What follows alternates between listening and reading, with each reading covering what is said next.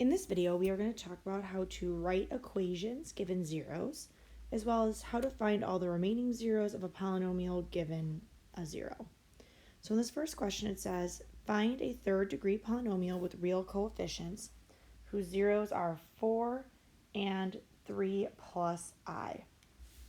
So I know that my zeros are 4 and 3 plus I, that is what x equals.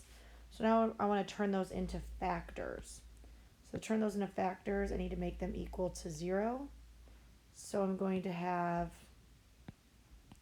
x minus 4 equals 0. And then on this side, I'm going to move the 3 over. I'm going to have x minus 3 equals I.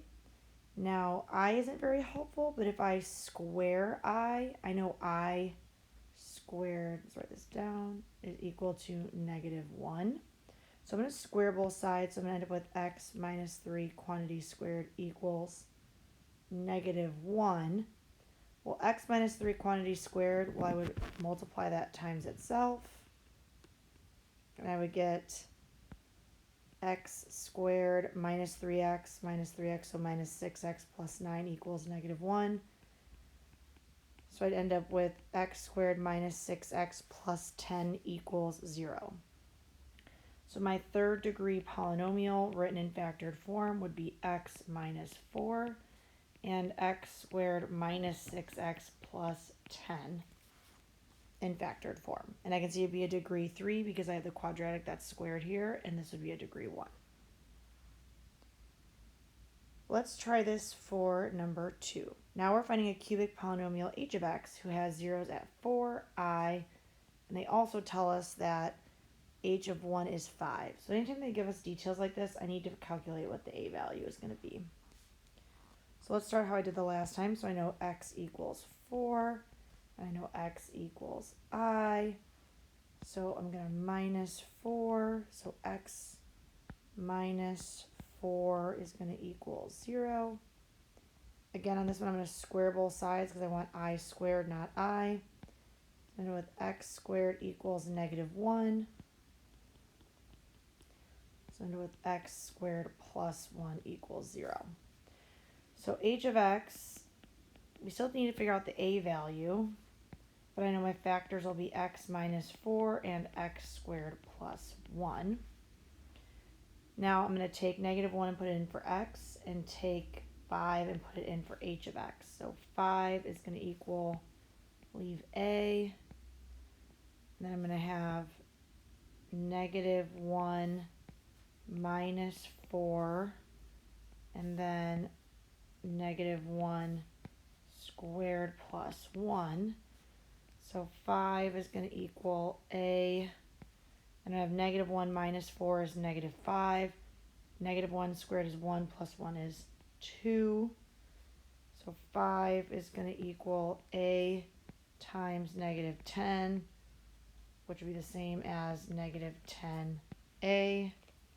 So I'm going to divide by -10, and I'm going to get that a is equal to -1/2.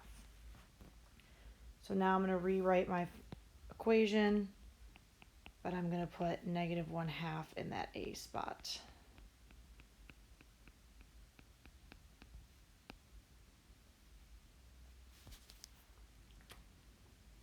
All right, number 3 is a little bit different. It says, using that I know that -I is a 0, find all the zeros of this polynomial.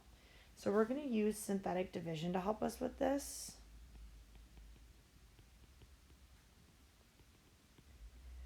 But I also have to remember that if -I is a 0, that means that I is also a 0, because typically we're always going to get plus or minus I.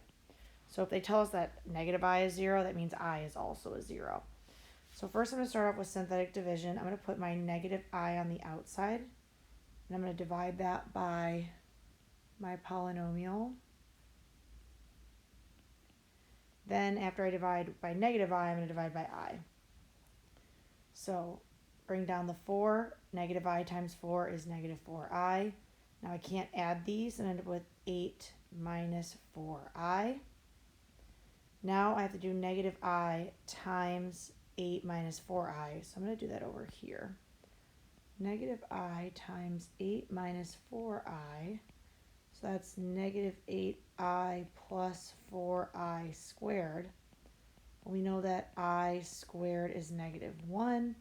So we end up with negative 8i minus 4.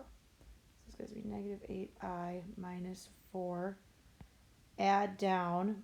Well, I can't add the negative 8i with the 17, but I can add the 17 with the negative 4 to get positive 13.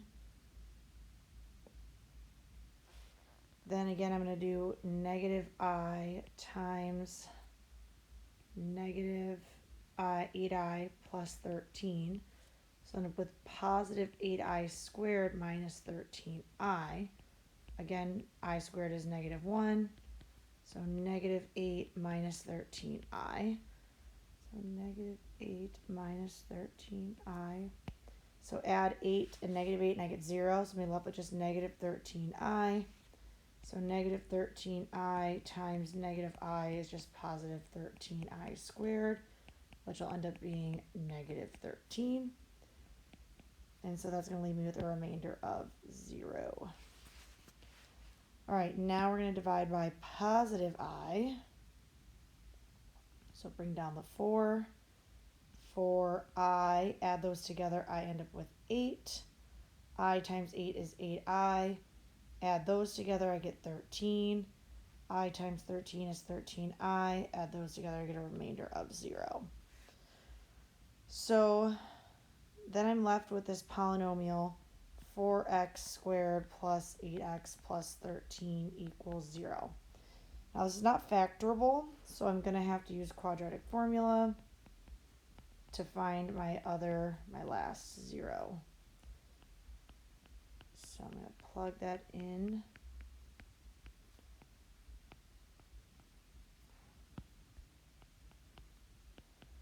So negative 8 plus or minus the square root of negative 144 all over 8.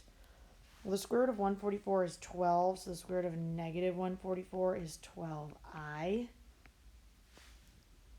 And then since negative 8 and 12 and 8 are all divisible by 4, I'm going to divide each of those by 4 to get my final simplified I of negative 2 plus or minus 3i all over 2.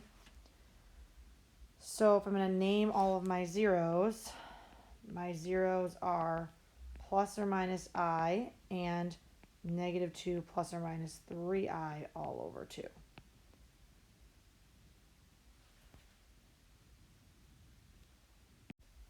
All right, let's do the same thing. So it says given the 0, 1 plus I, find all the zeros of the polynomial. Well, we know that x would have equaled 1 plus or minus I when you're taking the square root of a negative. So my other 0 is actually 1 minus I. So we're going to divide by both of those. So 1 plus I. 1, I'm going to space these out a little bit more. Negative 1, 6, negative 6. All right, bring down the 1. 1 times 1 plus I is 1 plus I. Add those together, I get negative 1 plus I. Now I'm doing 1 plus I times negative 1 plus I, so I'm going to do that over here. 1 plus I times negative 1 plus I, so it'd be negative 1 plus I minus I plus I squared. So the middles are going to subtract, so I'm going to end up with negative 1 plus negative 1. So I'm going to end up with negative 2. Add down, I get negative 3. Now I'm going to do negative 3 times 1 plus I, and I'll have negative 3 minus 3i. Add down, 6 plus negative 3 is 3, so 3 minus 3i. Now I need to do 1 plus I times 3 minus 3i. So that's going to be 3 minus 3i plus 3i minus 3i squared. So the middles are going to subtract. I squared is going to turn into negative 1. So I end up with 3 minus 3 times negative 1. So I end up being 3 plus 3, which is 6. which leaves you with a remainder of 0. Now I need to do the same thing with 1 minus I. So bring down the 1. 1 times 1 minus I is 1 minus I. So that actually adds to 0. 0 times 1 minus I is 0, so that'll add to negative 3. Negative 3 times 1 minus I would be negative 3 plus 3I, which will actually all leave you with a remainder of 0. So the polynomial I'm going to have left is x squared plus 0x minus 3, which is just x squared minus 3. So to solve for the last 0, I'm going to set that equal to 0. And so x would equal plus or minus the square root of 3. So if I was listing all of my zeros, it would be 1 plus or minus I and plus or minus the square root of